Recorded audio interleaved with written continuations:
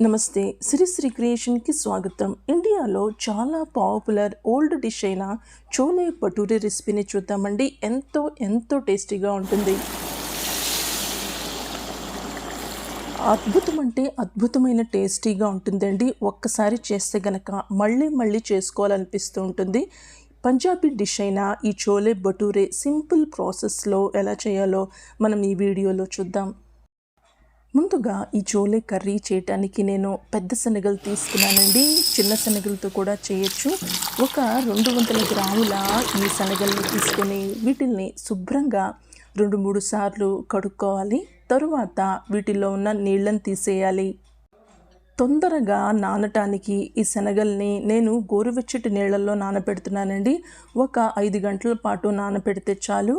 Baking soda ఒక 1/2 tea spoon కలుపుతున్నాను ఇందులో. ఈ శనగల్లో నానబెట్టేటప్పుడు బేకింగ్ సోడా కలిపితే కనుక తొందరగా నానిపోయి ఉడకబెట్టేటప్పుడు బాగా ఉడుకుతాయండి, లోపల వరకు ఉడుకుతాయి. ఇలాగ నేను ఒక 5 గంటల పాటు నానబెట్టాను.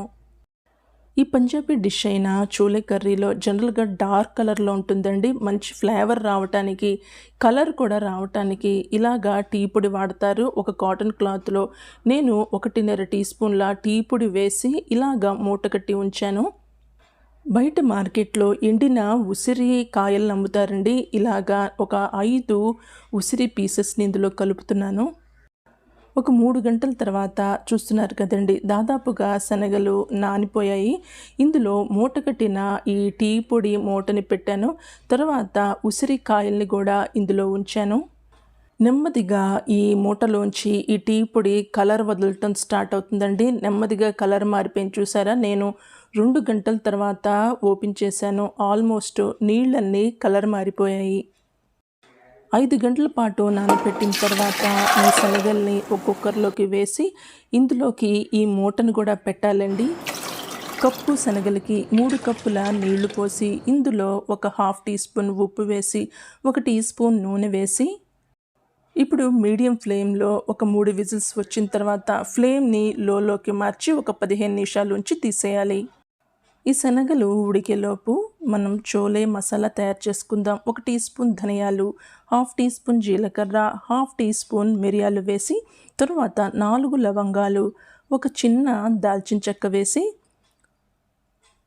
3 చిన్న యాలకులు, ఒక పెద్ద యాలక్కాయ వేయాలి. తరువాత ఒక చిన్న జావిత్రి వేయాలి. అన్నిటికైనా ముఖ్యమైనవి 1 టీ స్పూన్ అనర్దానా అంటే దానిమ్మ గింజలు వేయాలండి. ఈ చోలే కర్రీకి ఈ దానిమ్మ గింజలే మెయిన్ ఇంగ్రీడియంట్. దీనివల్ల కర్రీకి చాలా మంచి టేస్ట్ వస్తుంది. 1 నిమిషం పాటు వేగించిన తర్వాత ఇందులోకి 1 టీ స్పూన్ కస్తూరి మెంతిని వేయాలి. కస్తూరి మెంతిని రోస్ట్ చేయకూడదండి. మిక్సీ జార్లో ఇప్పుడు ఈ వేగించిన ఈ స్పైసెస్ అన్నిటిని వేయాలి. ఇలాగా మెత్తగా గ్రైండ్ చేసి పెట్టుకోవాలి. ఇంట్లో చేసిన చనా మసాలా చాలా మంచి ఫ్రెష్ సువాసన వస్తుందండి. కర్రీ కూడా బాగుంటుంది. ఇప్పుడు భటూరే అంటే పూరీలకి పిండి తయారు చేసుకోవాలండి. నేను 2 కప్పుల మైదా పిండిని తీసుకుంటున్నాను. చాలా చాలా టేస్టీగా ఉంటాయి మైదా పిండితో. మీరు గోధుమ పిండినైనా సరే వాడచ్చు పూరీలకి. ఇప్పుడు 1 టీ స్పూన్ పంచదారని కలుపుకోవాలి. పంచదార వల్ల పూరీలు మంచి కలర్ వస్తాయి, ఫ్లేవర్ చాలా బాగుంటుంది. ఈ పొడిపిండిలో 1 టీ స్పూన్ నల్ల నువ్వులు కలుపుతున్నాను. ఎందుకంటే పూరీల్లోకి ఈ నల్ల నువ్వులు కలిపితే చాలా మంచి ఫ్లేవర్ వస్తుంది. ఇప్పుడు ఇందులో తగినంత ఉప్పు వేసి ఒక 1/4 టీ స్పూన్ బేకింగ్ సోడా కలుపుతున్నానండి. బేకింగ్ సోడా వల్ల పూరీలు క్రిస్పీగా వస్తాయి. ఇప్పుడు ఈ పొడిపిండినంతా ఒకసారి కలుపుకోవాలి, బాగా మిక్స్ చేసుకోవాలి. ఈ పొడిపిండిలో నేను ఒక 1/4 కప్పు పాలని కలుపుతున్నానండి. పాలు కలపటం వల్ల పూరీలు ఒక విధమైన మైల్డ్ స్వీట్నెస్ వస్తాయి, చాలా బాగుంటాయి పూరీలు. పాలు కలిపిన తర్వాత కొంచెం కొంచెం నీళ్లు కలుపుతూ పిండిని కలుపుకోవాలి. ఈ పిండి మరీ టైట్గా అవ్వకూడదండి, టైట్గా కలపకూడదు. ఎందుకంటే మైదా పిండి కలిపిన తర్వాత కాసేపటికి కొంచెం టైట్ అవుతుంది. అందుకని మరీ టైట్గా కలపకూడదు. ఇలాగా పిండిని బాగా కలిపిన తర్వాత కాసేపు మర్దన చేసుకోవాలండి. ఇలాగా ఒకసారి బాగా మెత్తగా మర్దన చేసుకోవాలి. లోపల వరకు ఇలాగా బాగా మర్దన చేసిన తర్వాత ఈ పిండి మీద నూనె రాయాలండి. నూనె రాసి మూత పెట్టేసి ఉంచాలి. తర్వాత చోలే కర్రీలోకి ఒక 3 పెద్ద ఉల్లిపాయలని తీసుకోవాలి. ఒక 4 మీడియం సైజ్ టొమాటోలని తీసుకోవాలి. ఈ టొమాటోల్ని ఉల్లిపాయల్ని ఇలాగా ఫైన్గా పేస్ట్ చేసుకుని ఉంచుకోవాలండి.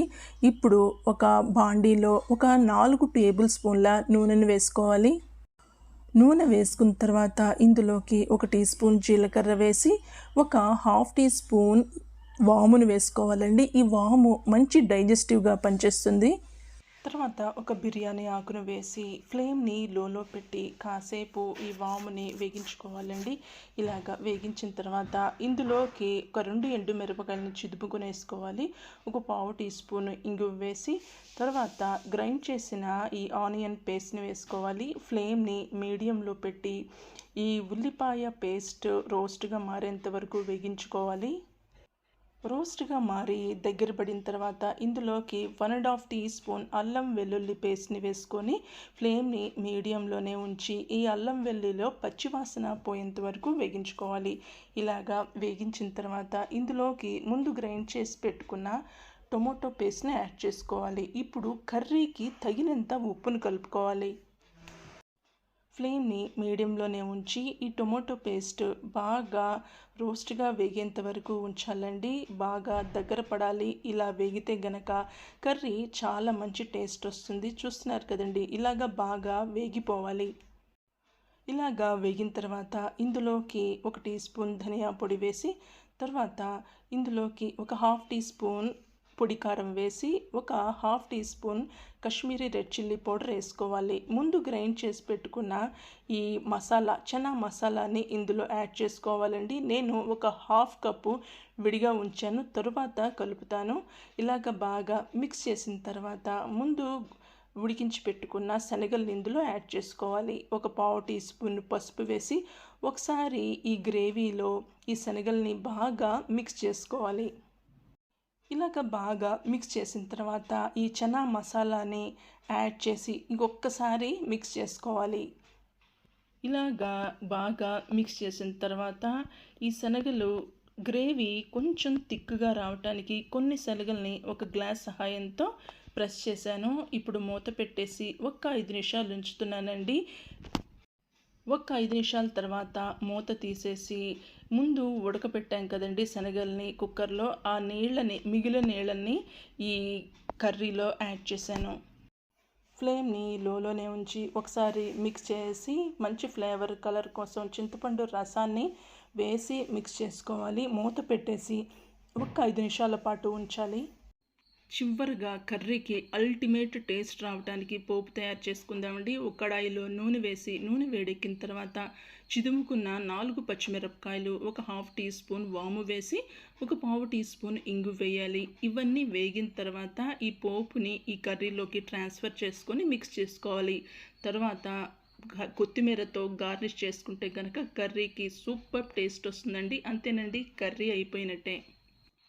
ఇప్పుడు కలిపించిన పిండి నుంచి కొంచెం కొంచెం పిండిని తీసుకోవాలండి.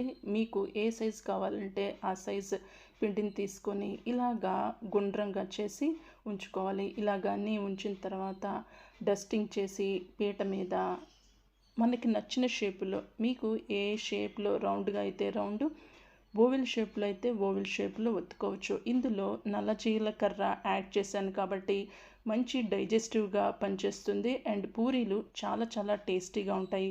ఇలాగా ఓవెల్ షేప్లో ఒత్తుకున్న తర్వాత పక్కన పెట్టి ఉంచుకోవాలి. ఇప్పుడు కడాయిలో నూనె వేసి ఈ నూనె బాగా వేడెక్కాలండి. నూనె బాగా వేడెక్కితే కనుక పూరీలు బాగా పొంగుతాయి. ఫ్లేమ్ని మీడియం నుంచి హైలో ఉంచుకొని బాగా నూనె వేడెక్కిన తర్వాత ఈ ఒత్తుకున్న పూరీలను వేయాలి. చూస్తున్నారు కదండి, పైన కొంచెం కొంచెం వేడి నూనెని జల్లితే గనక పూరీలు బాగా క్రిస్పీగా కాలిపోతాయి తొందరగా. ఈ పూరీలు చాలా టేస్ట్గా ఉంటాయండి. శనగలతో చేసిన ఈ చోలే కర్రీ కూడా చాలా చాలా టేస్టీగా ఉంటుంది. ఒక్కసారి చేస్తే గనుక మీరు అస్సలు వదిలిపెట్టరు. తప్పకుండా ట్రై చేయాల్సిన రెసిపీ. ఈ రెసిపీ వీడియో మీకు నచ్చితే ఛానల్ని లైక్ చేయండి, షేర్ చేయండి, సబ్స్క్రైబ్ చేసుకోవటం మర్చిపోవద్దు. మళ్ళీ ఇంకొక వీడియోతో మీ ముందుంటా. అంతవరకు సెలవు. నమస్కారం.